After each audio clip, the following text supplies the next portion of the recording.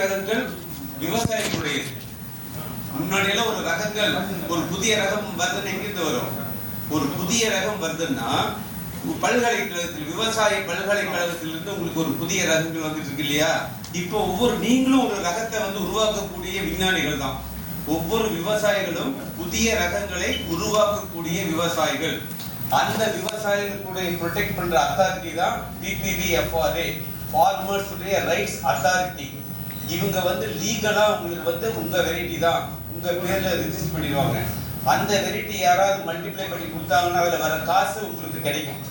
அது இண்டிவிஜுவலாவும் பண்ணலாம். அது இல்லாம நீங்க ஒரு குரூப்பா, லைக் சேகர் நாகராஜன் ஐயா அவர்களுக்கு இருக்கிறாங்க. அதுல விருப்பாட்சி பனானா உங்களுக்கு எல்லாருக்கும் தெரியும் இல்லையா?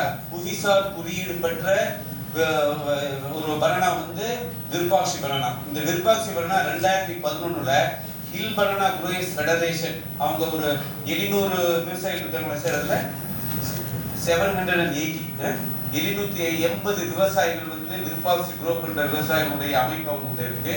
அந்த அமைப்பு அந்த வெரைட்டியை ப்ரொடெக்ட் பண்ணி வைக்கிறதுனால இந்த PPVFRA அவங்க பிளான்ட் ஜீனோம் சேவியர் அவார்ட் அப்படின்னு ஒரு அவார்டு கொடுத்தாங்க. அது 10 லட்சம் ரூபாய் தொகையும் கொடுத்துருக்காங்க. அந்த வெரைட்டியை நீங்க பாதுகாத்து வச்சிருங்க அப்படின்னு சொல்லி தராங்க.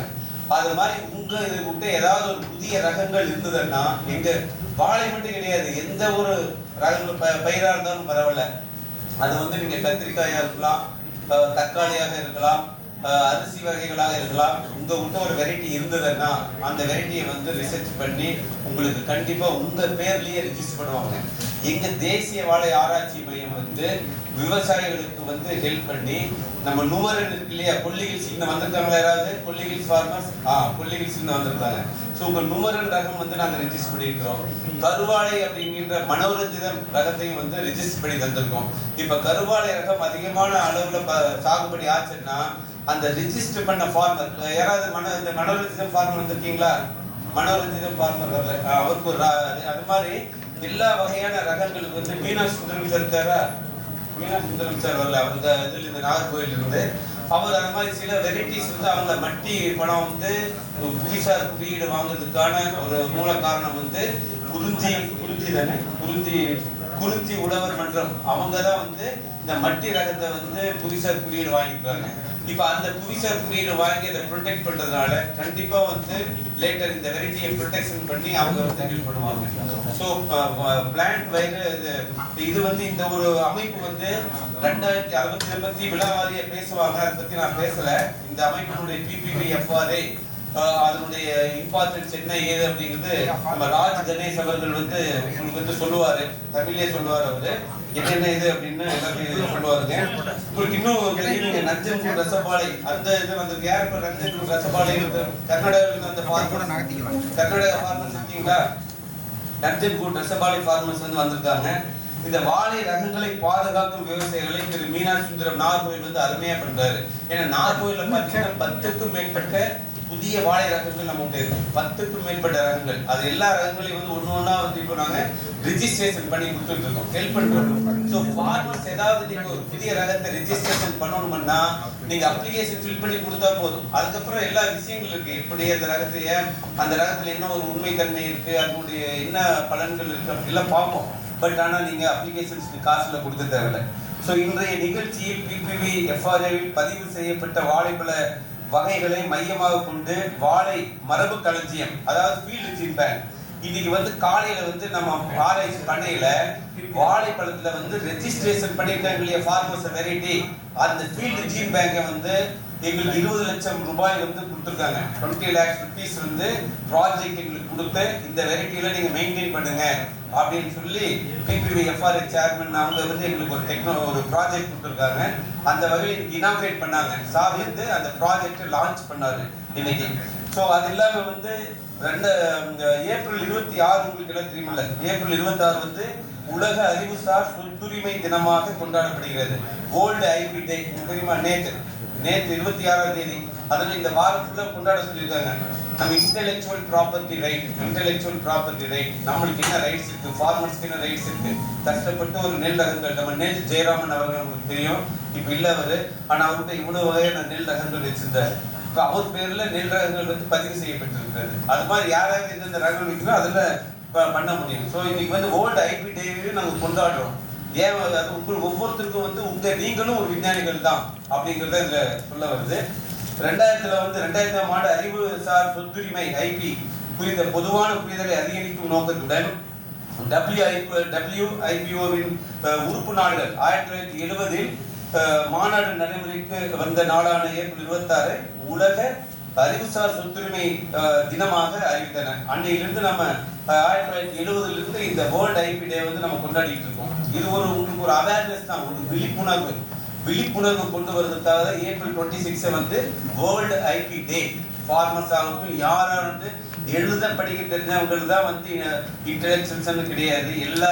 எல்லாரும் யாருன்னாலும் நீங்க வந்து ஒரு புதிய இன்னோவேட்டிவா கண்டுபிடிச்சீங்கன்னா அது உங்களுக்கு ரைட்ஸ் வாங்கி கொடுக்க முடியும். இப்ப போன வருஷம் மட்டும் 1 லட்சம் பேட்டன்ட் கொடுத்துருக்காங்க. 1 லட்சம் பேட்டன்ட் கிராண்ட் பண்ணிருக்காங்க. இந்தியாவில் 1 லட்சம் பேட்டன்ட் வந்து கிராண்ட் பண்ணிருக்காங்க.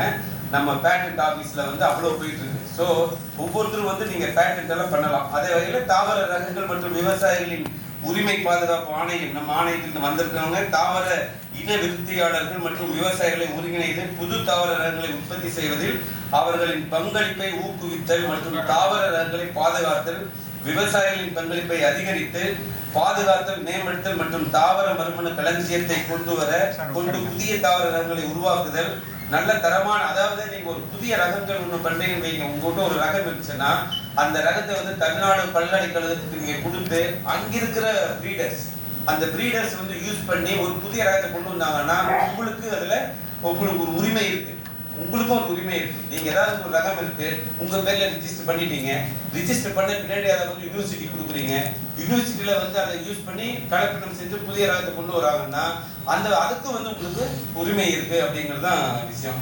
ஸோ இதுல வந்து இந்த பங்களிக்க வந்துள்ள எங்க ஏடிஜி வந்திருக்காரு, டாக்டர் விஸ்வபந்து பட்டேல்.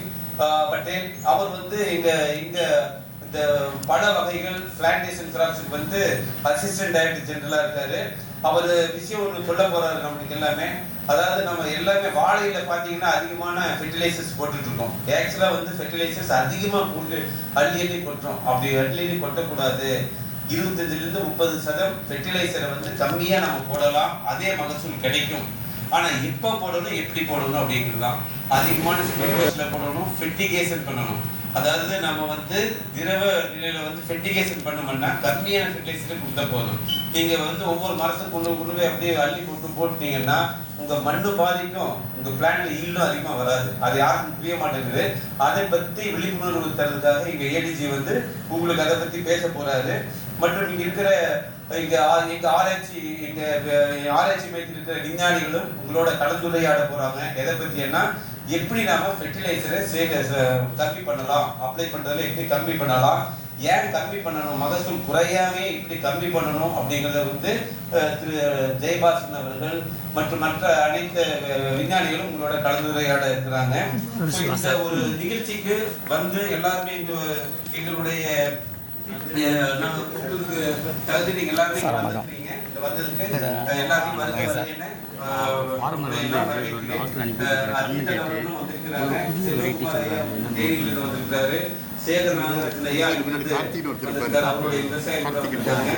சிறுமலையிலிருந்து கொஞ்சம் ஃபார்மர்ஸ் வந்திருக்காங்க.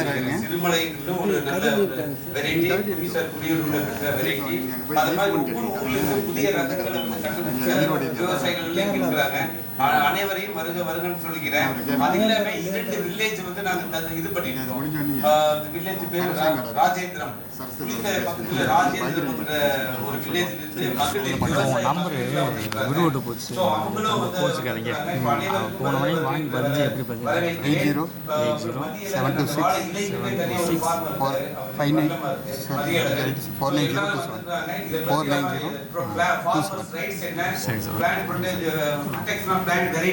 பற்றி அதிகமாக நமது தலைவர் அவர்கள் பேச இருக்கிறார்கள். அது இல்லாம டாக்டர் தினேஷ்குமார் அகர்வால் அப்படிங்கிறது முன்னாடி வந்து முதன்மை விஞ்ஞானியாக நம்ம ஆராய்ச்சி மையத்தில இருந்து இப்ப ரிஜிஸ்டர் ஜெனரல் அடிஷனல் செக்ரட்டரி ரேங்க்ல டெல்லியில உட்கார்ந்து இருக்காரு. இதே டெல்லி எஃப்ஆர்எல் இருக்காரு.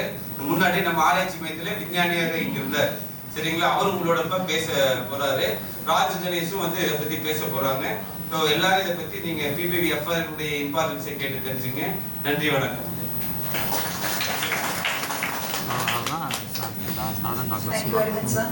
சார் வந்து உங்களுக்கு இன்னைக்கு ப்ரோக்ராமோட ஒரு சாரம்சம் என்ன பேச போறாங்கன்றத எல்லாமே சொல்லிட்டாரு. ஸோ அடுத்ததான் நம்மளுடைய பேச வரவர் வந்து மிஸ்டர் ராஜ் கணேஷ் சார். அவர் வந்து லீகல் அட்வைசர். அதாவது அவர் வந்து உங்களுக்கு வந்து பிளான்ட் வெரைட்டிஸ் எப்படி வந்து